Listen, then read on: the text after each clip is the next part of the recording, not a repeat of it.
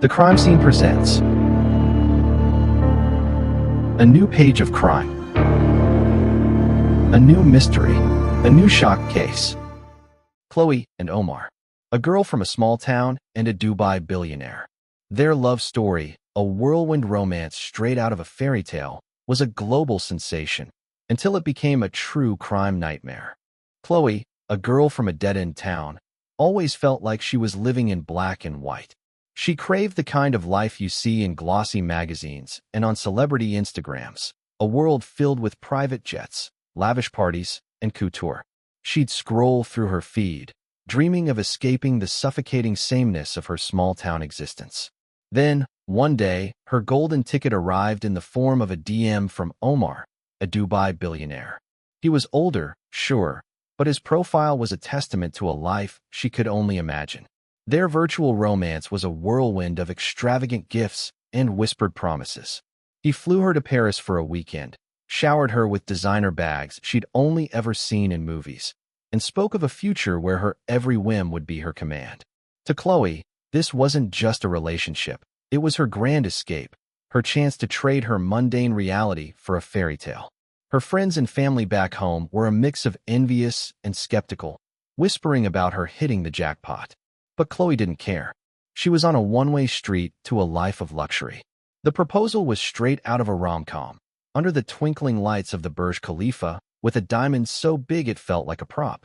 Chloe said yes without a second thought, her heart pounding with the thrill of it all.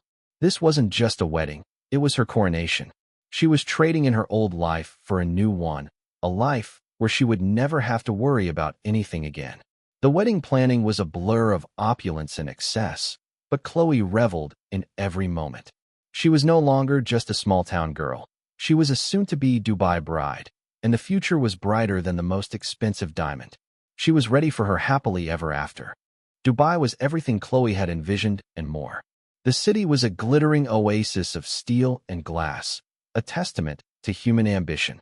Omar's palace was a modern marvel, an architectural wonder with sprawling gardens and an infinity pool that seemed to merge with the horizon. She spent her days being pampered, shopping on credit cards with no limit, and attending exclusive parties where the guest list was a who's who of the global elite. Her life was a constant stream of luxury, a stark contrast to the small-town existence she had left behind. But amidst all the opulence, a subtle sense of unease began to creep in. Omar's charm, which had once felt so genuine, now seemed a little too practiced, a little too perfect. He was always attentive, but his affection felt less like a spontaneous expression of love and more like a carefully orchestrated performance. He would sometimes ask odd, probing questions about her past, questions that made her feel like she was being studied, not loved. He was incredibly generous, but his gifts often felt like they came with invisible strings attached. She brushed these feelings aside, telling herself it was just pre-wedding nerves. After all, who wouldn't be a little freaked out marrying a man with an empire? The cultural differences were also a factor. Omar's world was one of strict traditions and unspoken rules, a world she was still trying to navigate. He had a possessiveness about him, a need for control that sometimes felt suffocating. She tried to convince herself that this was just how wealthy, powerful men were. They were used to being in charge. As the wedding day drew closer, the feeling of unease grew, but she buried it deep down, desperate to hold onto the fairy tale she had worked so hard to create. The wedding was an affair of epic proportions, a true spectacle. The floral arrangements alone probably cost more than Chloe's childhood home.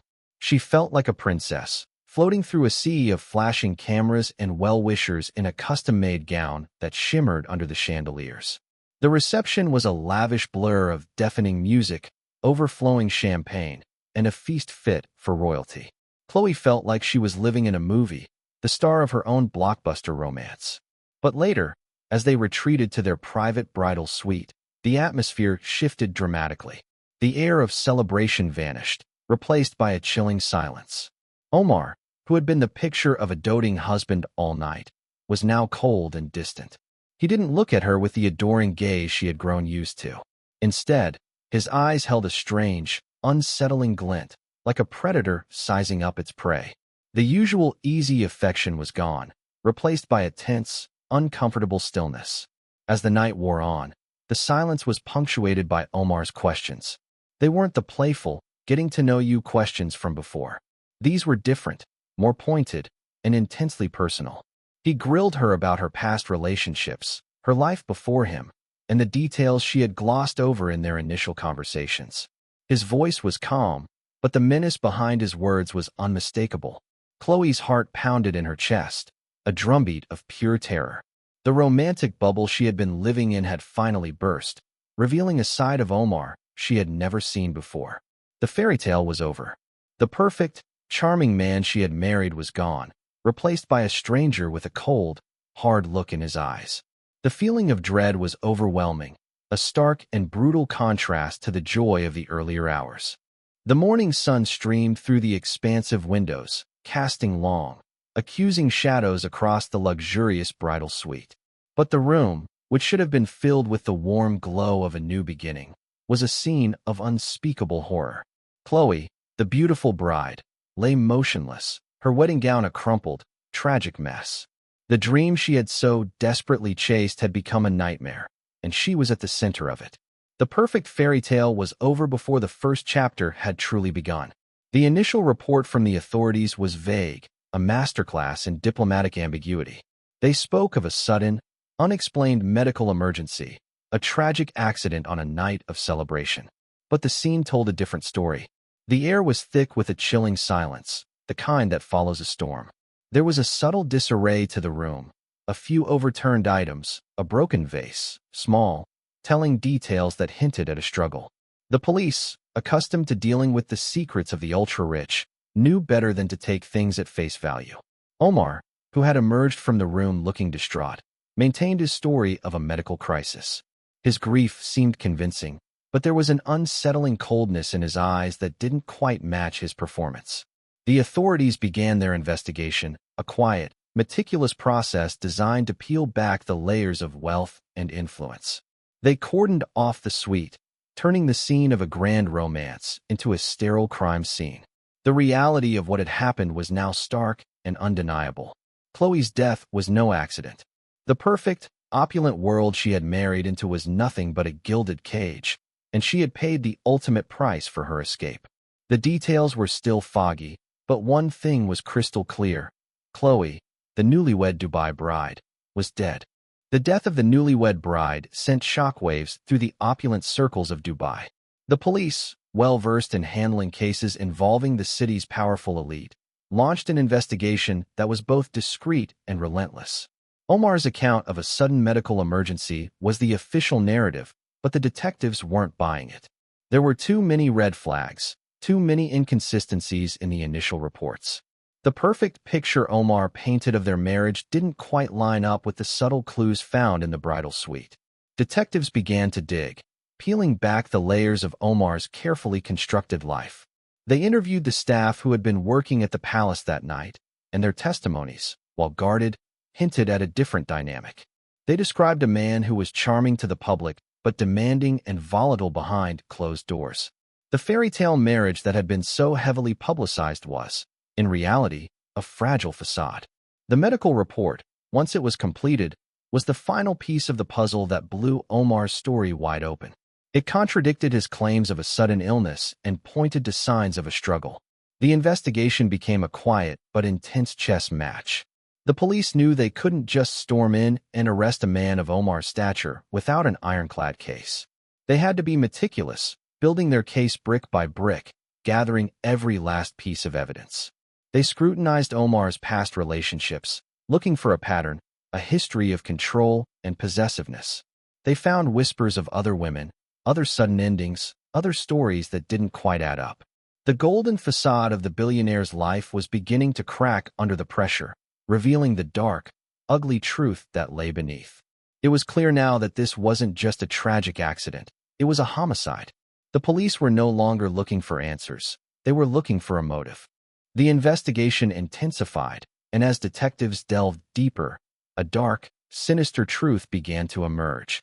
The perfectly curated public image of Omar, the benevolent billionaire, was nothing more than a carefully crafted lie. Beneath the philanthropic exterior lay a history of possessiveness, and a chilling need for control. The police uncovered a pattern of behavior that painted a much darker picture of the man Chloe had married. There were whispers from his past, rumors of other relationships that had ended abruptly, always with a shroud of secrecy. He was a man who saw women not as partners, but as possessions.